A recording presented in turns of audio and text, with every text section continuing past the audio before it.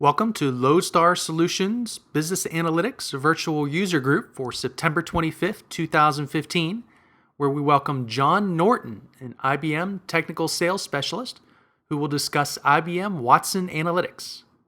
When we talk about Watson, one of the first things that we actually think about is the game show Jeopardy, when the Watson supercomputer defeated the two of the best Jeopardy champions.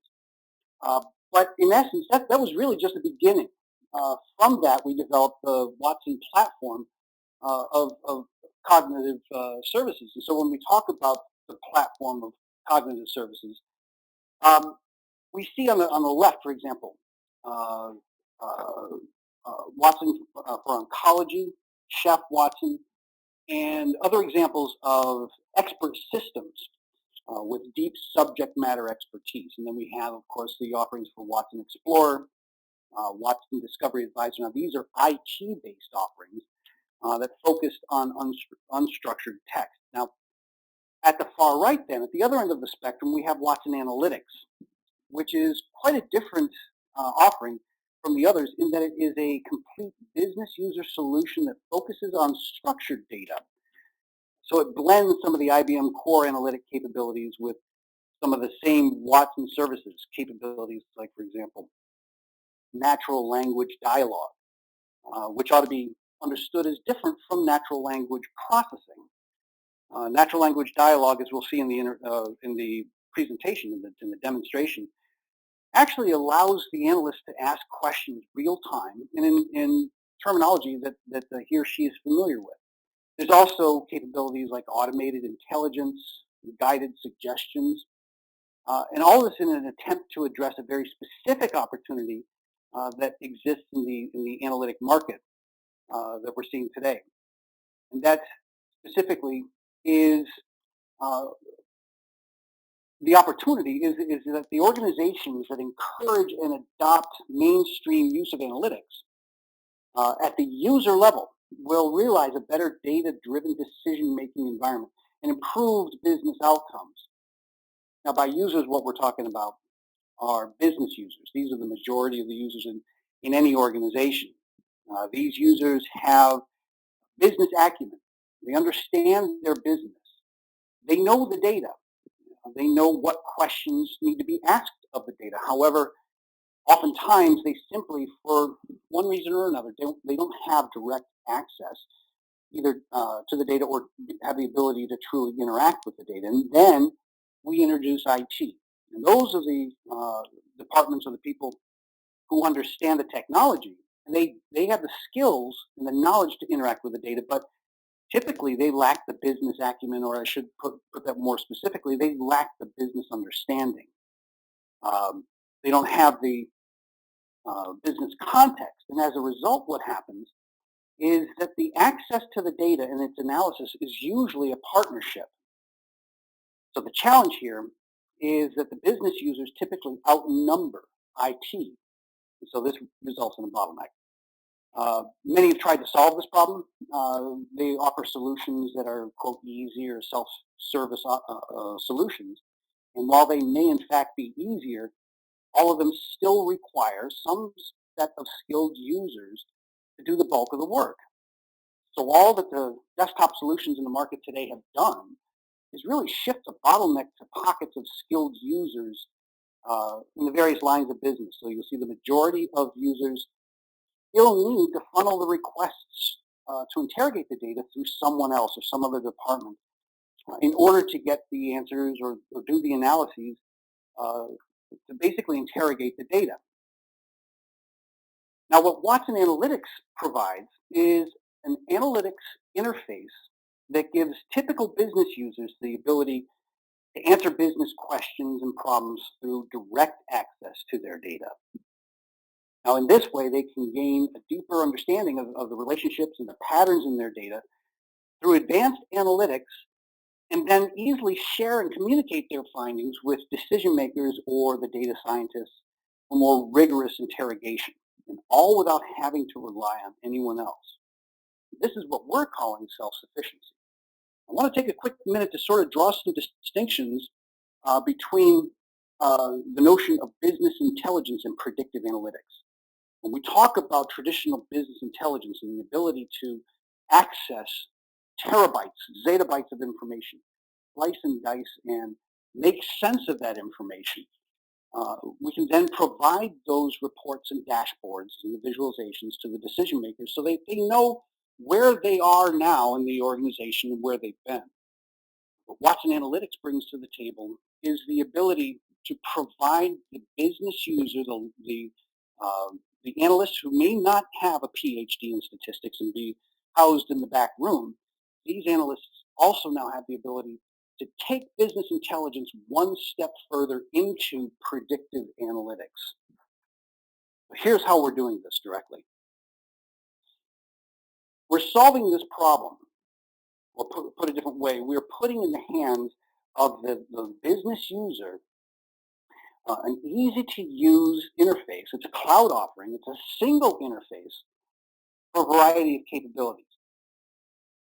Those capabilities were those that I mentioned earlier, natural language dialogue, automation of difficult tasks, and guided suggestions. Those guided suggestions then allow the business user the capability to explore, and we heard earlier at the speed of thought. I like to use the very similar phrase, at the speed of analytic imagination. Explore ideas that he or she may not have anticipated. But at the end of the day, remember that the proof of this is well, the proof is in the pudding. So next, what I'd like to do is quickly demonstrate Watson Analytics, and this will do two things. You'll see how easy Watson Analytics is to use, and sort of prove to you that it's an offering that you can put in front of any business user. One need not be a tenured statistician, for example. The demonstration will also help you get started thinking about use cases in your organization, ways that Watson Analytics can augment what your users are currently doing today. So with that, let me go ahead with the demonstration. I'll toggle over to Watson Analytics.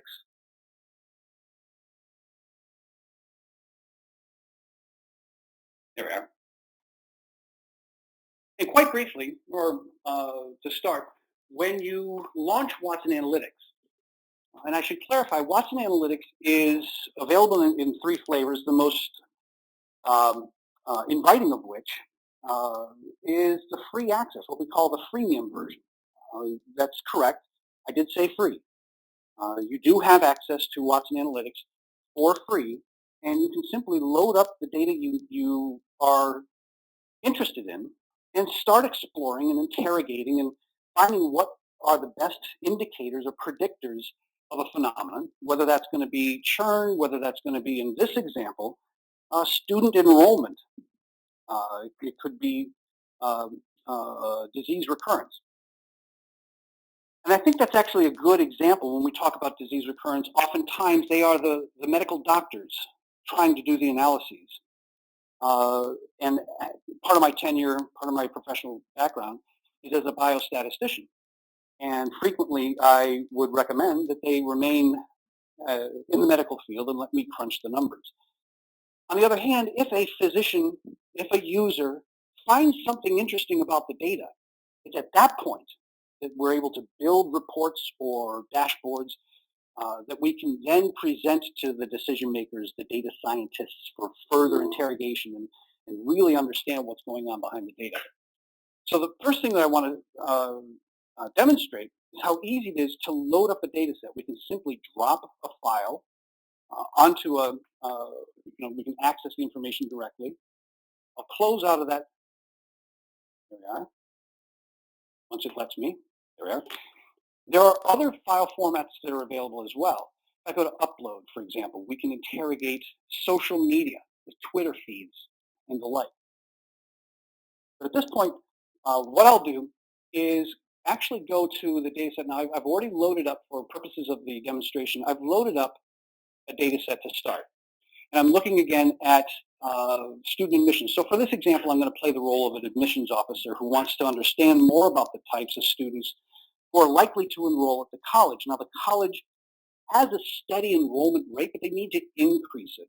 The problem, of course, is at a small college, their Department for Institutional Research, that department interested in increasing enrollment, has really only one analyst. So I'm setting the stage here for a single analyst who really isn't that much of an analyst. She's not a statistician.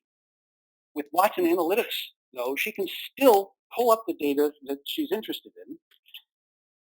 And traditionally, she's been working with an Excel data file. And as we scroll through these hundreds and hundreds of cases, we can see right straight off, there's a lot of information there. There's not much we can do to visualize this, to make sense of it. Now, granted, we heard the phrase earlier, old school Excel. I'd like to borrow that. Um, uh, we can still analyze, slice and dice this information using Excel, but when we need to engage in predictive analytics, Excel is not enough. Still, I can load that information up into Watson Analytics, and during the upload process, what happens is Watson Analytics effectively interrogates the data, manipulates the data, transforms the data in automation to discover patterns that it will eventually recommend to us and say, here's an idea you may not have thought about. Here are some starting points. And you'll see that there's a high quality score here. Now, I'll get to this in a minute, but the score basically tells us how reliable is this data. Now, as I'll mention later, if you have a low score of data, that does not prohibit your ability to do descriptive or exploratory analyses. On the other hand, the confidence within or with which we conduct our predictive analytics may be somewhat suspect. But let's go ahead and when I select this information, when I click on the data file already loaded, immediately you notice that we're offered several what I like to call smart starts. These are ideas, these are patterns that Watson Analytics has already discovered in the data and is offering, hey, do you want to see the relationship between full and part-time status and GPA? Maybe that's something I didn't anticipate. In the Explore window, now this gives me the ability to look even further at ideas that may have been offered. But perhaps I want to use now the natural language dialogue. Here I'll type in the question I have. So it's straightforward. How do values of reading and math score compare with enrollment status? So my hypothesis is, well, math and reading score drives enrollment.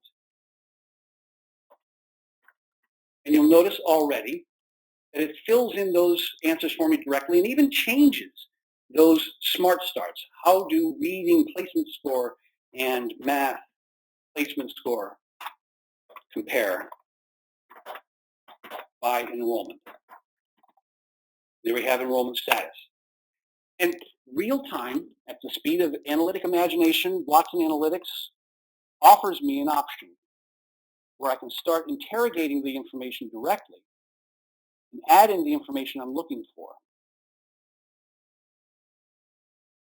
And immediately I can see that there is a relationship, a pattern. There's a correlation for the statisticians between math and reading placement. But I can see that the reading placement seems to be less related to enrollment than the math placement scores. Perhaps this is interesting information. I'd want to make that available later. So what I'll do is I'll collect this. And it adds that information to the collection screen.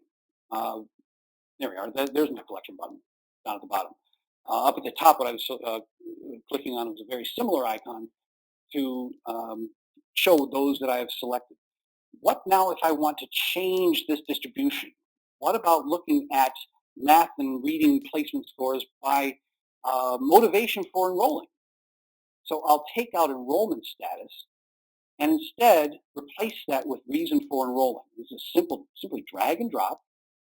And I wind up with a different graph. And looking at this, the color distribution throughout the graph, there is a positive correlation between math and reading scores, but it does not look like it's impacted by the reasons for enrolling. But again, I may want to capture this, collect it for later use. Now, there are other smart starts up at the top. There are other interrogations we can continue with. But for out of respect for time, let's go ahead and jump into now the prediction portion. Remember, what I want to be able to do is predict what drives student enrollment. So Watson Analytics may need a little coaxing, and I don't want to predict birth date. I do want to predict student enrollment status, and I'll name this whatever I want to call it. And again, out of respect for time, rather than go through the creation of prediction prior to this presentation, I went ahead and we go back to the welcome screen. This has already been done for us. Now, impressively, when we encounter the prediction portion of Watson Analytics, I think one of the most impressive things is this sort of bullseye graph, and it tells us immediately what's the best predictor of enrollment status.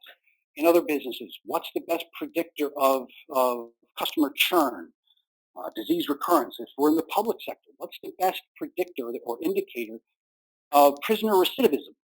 And in this example, it turns out that the female guardian, or for lack of a better, well, I shouldn't say lack of a better phrase, but mother's education level is the principal indicator for enrollment status. This accounts for 84%, 85% of the variation in our dependent measure.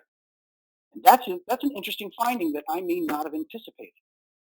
If I look now at the graphic display of this, you'll see, for example, that where the mother has a 2-year degree, some college, or a 4-year degree, those are the categories of students which have the highest enrollment. We can look at this also by reason for enrollment.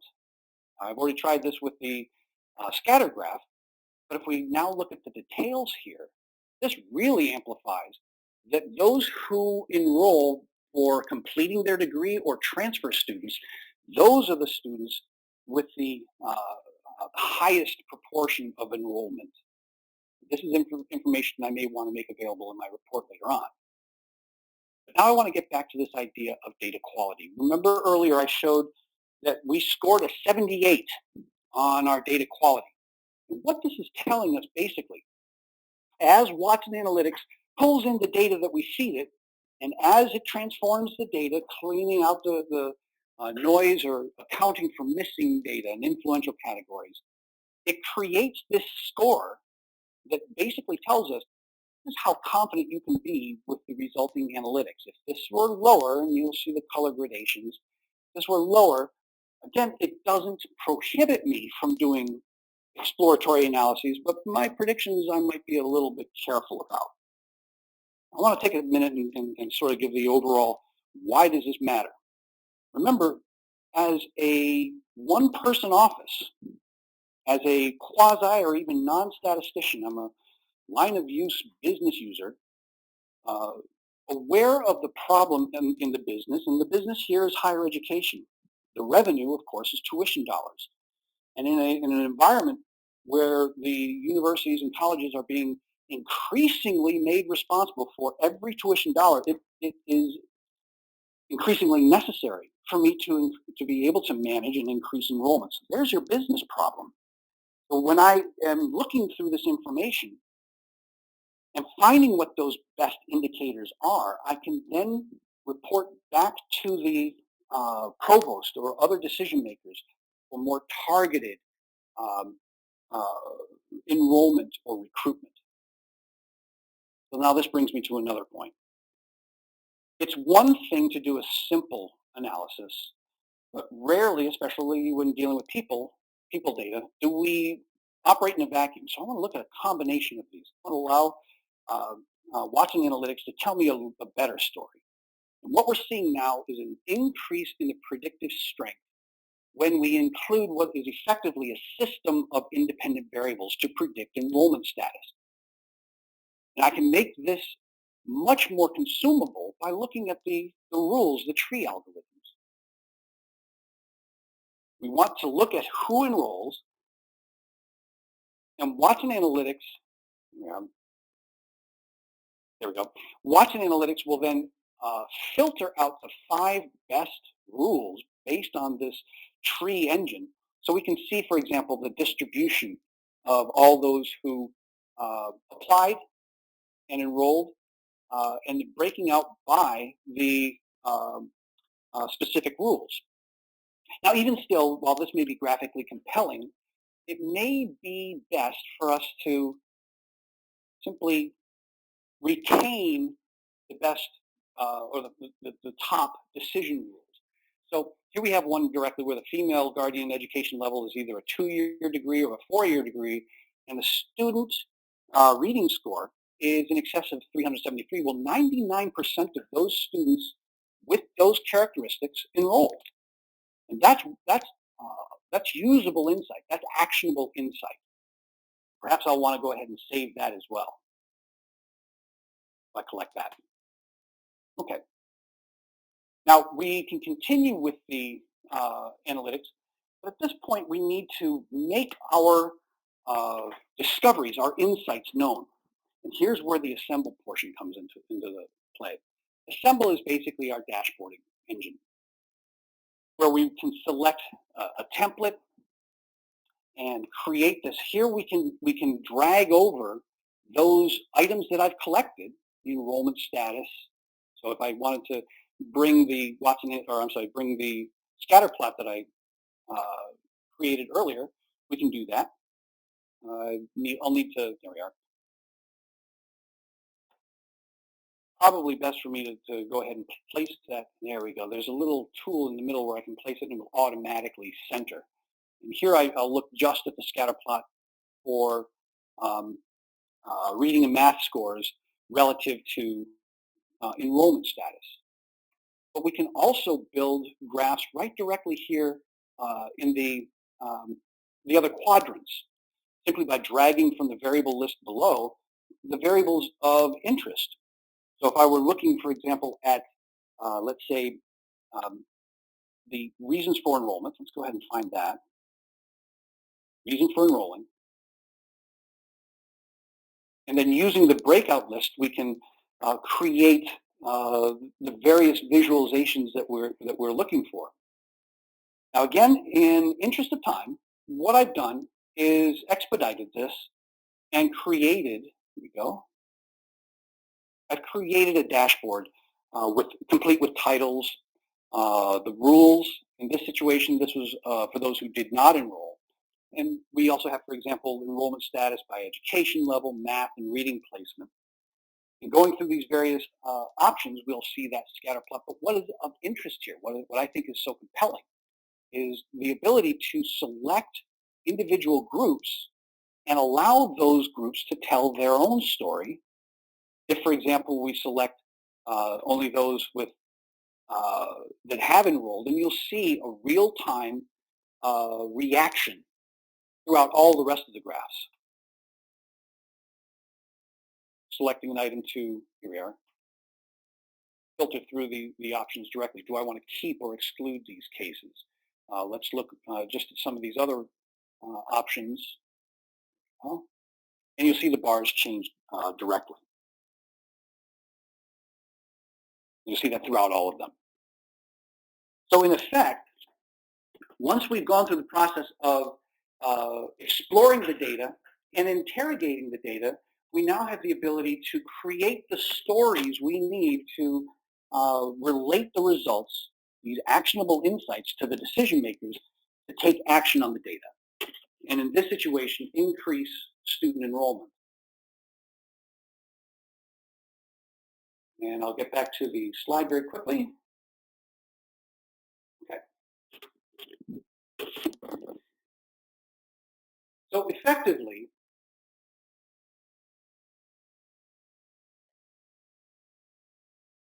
okay, sorry for that pause. Watson Analytics, as we've just seen, it does bring the data discovery now to a brand new level. It allows the business users the capability to explore and investigate their data in ways they've been unable to do before. And we can do this now with the freedom to follow their analytic imagination almost at, and I'll use the same phrase, at the speed of thought. Every day, the people in the departments can explore hundreds of questions that they want answers to about things that are going on in the department or across various parts of the organization, now virtually everyone can interrogate their data and receive readily consumable answers in easy to understand output using a very user-friendly interface. Users can gain a better view of their data through automated intelligence and visualizations and uncover these new insights and make predictions about their data without having to wait for a report, an SQL query, or requiring advanced technical skills or an entire department uh, who command those technical skills. Each day, then, people can use Watson Analytics to monitor and analyze information important to them, follow trends, and identify these key drivers to understand the performance of the business. And from those hundreds of questions, maybe uh, tens of insights, I should say, are discovered and evaluated by these business groups, the standard business user, and management can consume these through the dashboards and infographics that are built in Watson Analytics in an effort to basically improve decision making. Remember, this is a great way to share and update new information with colleagues and peers, but also senior management and the decision makers interested in the key performance indicators across any number of businesses. Now we can take these insights back to our peers in these work groups to evaluate and decide with more detail where these insights fit in the larger analytic picture for the organization. We can create or test models more specifically, more directly for predictive analytics and decision management using new insights that the analysts were able to quickly identify using Watson Analytics. Now we can also share and update these new insights through reports, as I've mentioned, the dashboards across businesses using company enterprise reporting software and link back to corporate databases that are currently under use or in use. So effectively, we're talking about hundreds of questions, tens of insights, and one influential decision, one influential change to the business, which can have a positive impact and improve the alignment, the operations, reporting across the entire organization. New drivers discovered in Watson Analytics, evaluated and discussed by decision makers and operationalized by advanced users and IT. This brings a whole new level of decision making and operational efficiency to this organization, to the university, to the hospital, which can then transform the business going forward. With that, I'll take questions.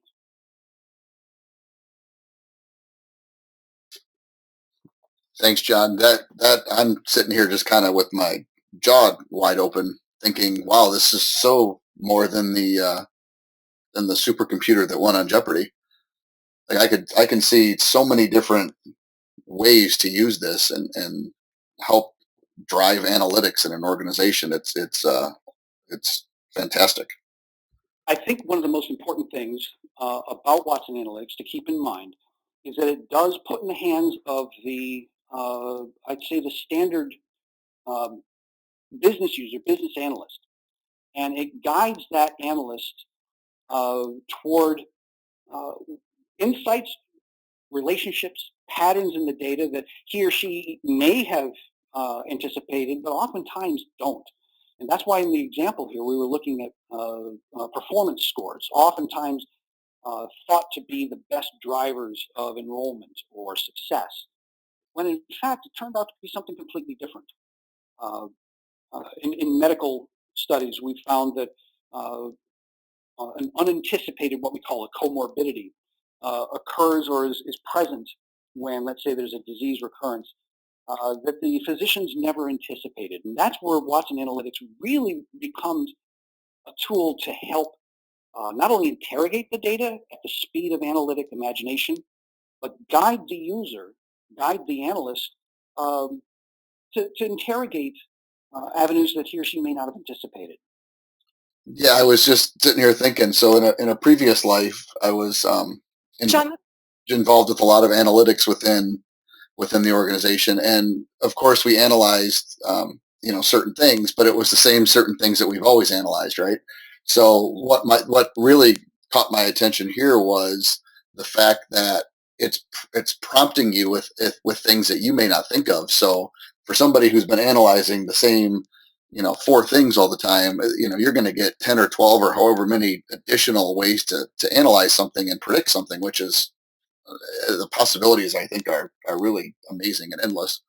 And I think also when you think of it in those terms, remember that the entire process of what is predictive analytics, the next step, I would even argue past business intelligence, one essential step uh, without which predictive analytics is nothing but an academic exercise. And that step is taking action on the insights.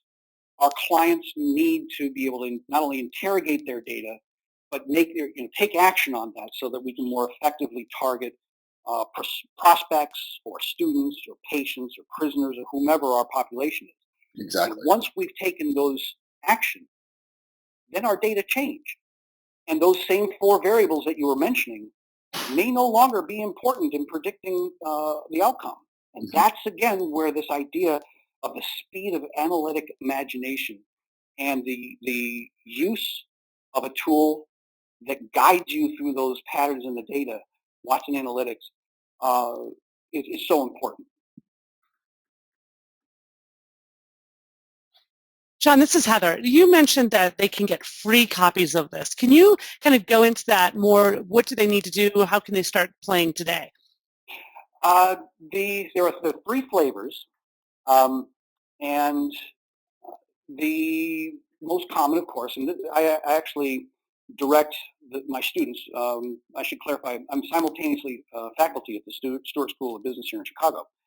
And for my course, I recommend and actually direct that they use Watson Analytics as that tool to guide them for their later analyses in the semester using IBM SPSS modeler. For the student, of course, cost is going to be a significant consideration. Well, you don't have to worry about this because it's free. Watson Analytics, the freemium version, all one has to do is you go to the web, register, and you've got free access. Now, there are other flavors, other capabilities, and with those fee-based flavors, there are other capabilities that are available. Now, when I talk about fee-based, oftentimes the dollar signs register in the eyes, and we need to find out, well, what are we talking about here? And I apologize. I hope I'm not getting the labels wrong. But the personal version or the cost, I'll have to confirm these. But as I understand it, the personal version is, I believe, $30 a month subscription, whereas the professional version is, I believe, it's $80 a month. With such an incredible tool available for effectively free, there raises the question, well, what about the other tools that are substantially more expensive? And in this situation, we need to clarify. Remember that Watson Analytics is that principal engine that the analyst, the common analyst, in need of getting answers immediately, predicted responses immediately, can use to interrogate the data. And then once a significant insight is uncovered, at that point, that's when we take that information. Remember, what Watson Analytics is doing is helping to guide the analytic imagination. Once we have that insight, at that point, that's where we need to really